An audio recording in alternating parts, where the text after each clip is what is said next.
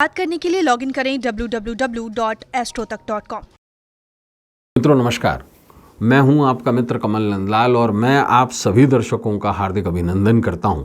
Astro तक की खास प्रस्तुति कमल नंदलाल के महा उपाय जो आपके जीवन को सरल, सुगम और सफल बनाए, सिर्फ एस्ट्रो तक पर। तभी तो आपसे कहता हूं कि एस्ट्रो तक को लाइक करें, सब्सक्राइब करें।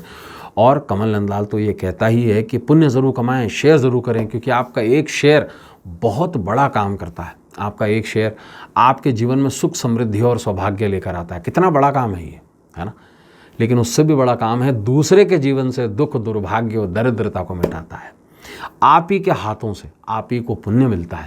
इसलिए पुण्य ज़रूर कमाएं, शेयर ज़रूर करें, कमल नंदलाल यही कहता है। और ख़ास बात क्या, अगर आप मेरी सेवाएं लेना चाहते हैं, अपनी कुंडली दिखाना चाहते हैं, कुंडली का विवेचन कराना चाहते हैं, कुंडली दिखाकर कुछ प्रश्न पूछना चाहते हैं, किसी समस्या में हैं और उसका समाधान चाहते हैं, या अपने घर का, ऑफिस का, अपनी इंडस्ट्री का वास्तु दिखाना चाहते हैं,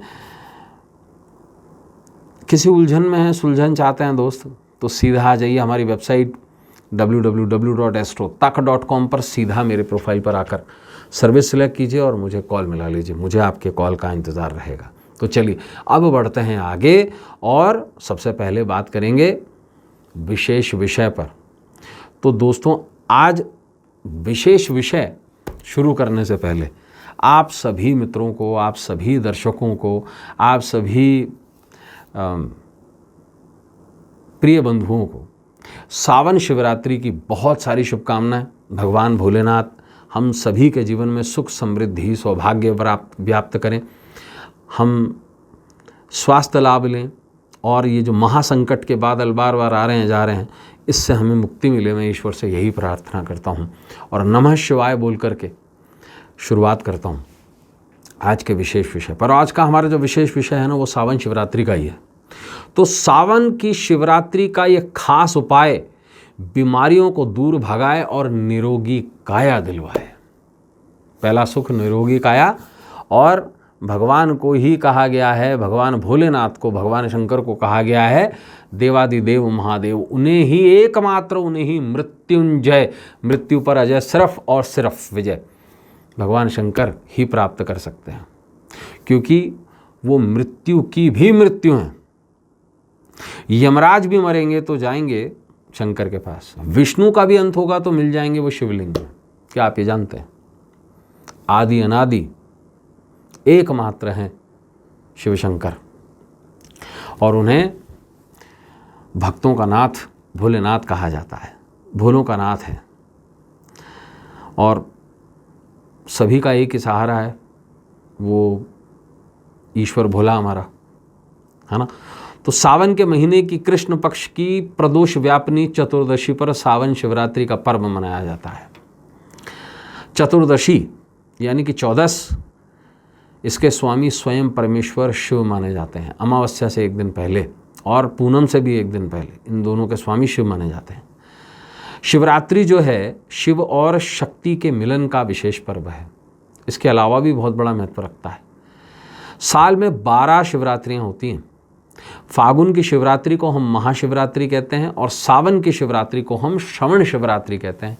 ये 2 शिवरात्रियाँ साल में सबसे बड़ी मानी जाती हैं, और ये जो सावन की शिवरात्रि है किसी भी तरीके से फागुन की शिवरात्रि से कम नहीं है।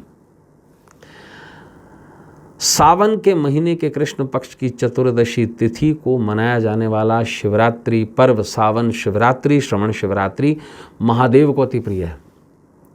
पौराणिक मान्यता के अनुसार शिवरात्रि पर्व वैदिक काल से ही मनाया जा रहा है। क्या आप ये जानते हैं कि इस पर्व को देवी लक्ष्मी, देवी सरस्वती, गायत्री, सीता, पार्वती और रति ने विधिवत किया था?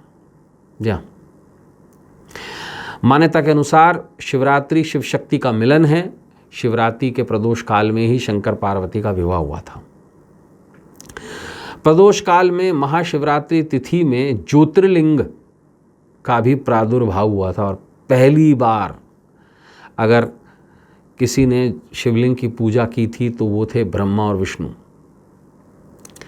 महाशिवरात्रि पर शिवलिंग का पूजन सबसे पहले उन्होंने ही शुरू किया था।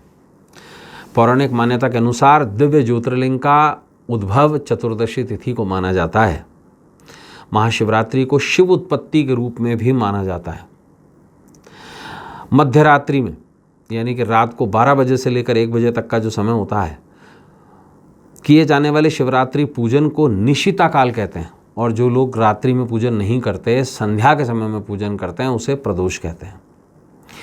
पौराणिक मान्यता अनुसार सावन में की जाने वाली कावड़ यात्रा समुद्र के मंथन से संबंधित है। आप जानते हैं हर साल शिवरात्रि के दौरान, सावन की शिवरात्रि पर कावड़ जो होता है उसका बड़ा महत्व होता है, और इस दौरान महादेव ने विषपान कर लिया था, जिससे वो नीलकंठ कहलाए थे।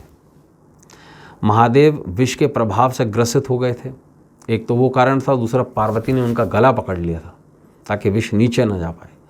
और सबसे पहले कावड़ जो शिवरात्रि पर चढ़ाया गया था, ये एक बहुत खास दिन माना जाता है, वो रावण ने चढ़ाया था, और रावण कावड़ को हरिद्वार से लेकर के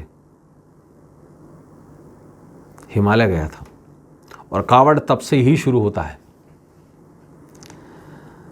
इस प्रकार विष की नकारात्मक ऊर्जा महादेव से दूर हो गई, और उसके पीछे कारण था रावण। सावन शिवरात्रि के पूजन, व्रत और उपायों से सभी मनोकामनाएं पूरी होती हैं।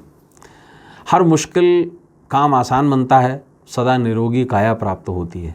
तो अब आपको बताएंगे कैसे शिवलिंग की कृपा से, और एक बहुत खास मंत्र आपको बताएंगे आज, इससे बड़ा मंत्र कोई नहीं है, मंत्र राज कहलाता है। ये गायत्री से भी ज़्यादा बड़ा मंत्र है, ये मंत्र राज। और विशेष आपको बताएंगे कैसे बीमारियां दूर होंगी, कैसे निरोगी काया प्राप्त होगी, और ये विशिष्ट शास्त्र में दिया हुआ है। क्या करना है आपको? शिवलिंग का 16 विधियों से पूजन कर लीजिए, षोडश उपचार जिसे कहते हैं, धूप दीप पुष्प गंध नैवेद्य चंदन अक्षत, ठीक है, वस्त्र उपवस्त्र। और ये भी सिर्फ सिम्टोमेटिकली, ऐसा नहीं कि कपड़ा चढ़ा दीजिए, मौली भी बहुत है ना। तो शिवलिंग का षोडशोपचार पूजन कर लीजिए, और पंचामृत में अपनी छाया देखिए। पंचामृत जो दूध, दही, घी, शर्करा और शहद ये मिलाकर तैयार किया जाता है, और ये जो पंचामृत है इसे इकट्ठा कर लीजिए, और इसे किसी बरगद के पेड़ की जड़ में डाल दीजिए, और एक विशेष मंत्र का जाप कीजिए। और ये मंत्र जो है ये है महामृत्युंजय, और इसे कहते हैं मृत संजीवनी महामृत्युंजय। मंत्र को ध्यान से सुनिएगा, नीचे लिखा हुआ भी देखेंगे आप। ओम ओं ह्रूम जुम सह ओम भूभ्रवस्वः ओम त्र्यंबकम यजामहे सुगंधिम पुष्टिवर्धनम उर्वारुकमेव बंधनान् मृत्युं मृक्ष्यमामृतात् ओम स्वः भुः भुः ओम सह जुम होम ओम। इस मंत्र को नीचे आप ज़रूर लिखा हुआ देखेंगे, तो इसका स्नैपशॉट ले लीजिए और इसका जाप कीजिए, स्क्रीनशॉट लीजिए इसका और जाप कीजिए। ये कंप्लीट मृत संजीवनी है। आश्वस्त करता हूँ कि ये जो प्रयोग है ये बीमारियां दूर करेगा और निरोगी काया की प्राप्ति होगी। तो दोस्तों, फिर से एक बार आप सभी मित्रों को सावन शिवरात्रि की बहुत बहुत शुभकामनाएं। देवादिदेव महादेव, भोले भंडारी, शिव शंकर हम सभी को निरोगी काया प्रदान करें, सभी बीमारियां दूर हों और इस महाविपत्ति से हमें निजात मिले। और कल आपसे फिर मुलाकात होगी, तब तक देखते रहें श्रोता और अपने मित्र कमल नंदलाल को इस उम्मीद के साथ इजाज़त दीजिए कि हम सभी का भविष्य जो हो वो उज्जवल हो, सुंदर हो, सुखद हो। फिर मुलाकात होगी। नमस्कार, नमः शिवाय, हर हर महादेव।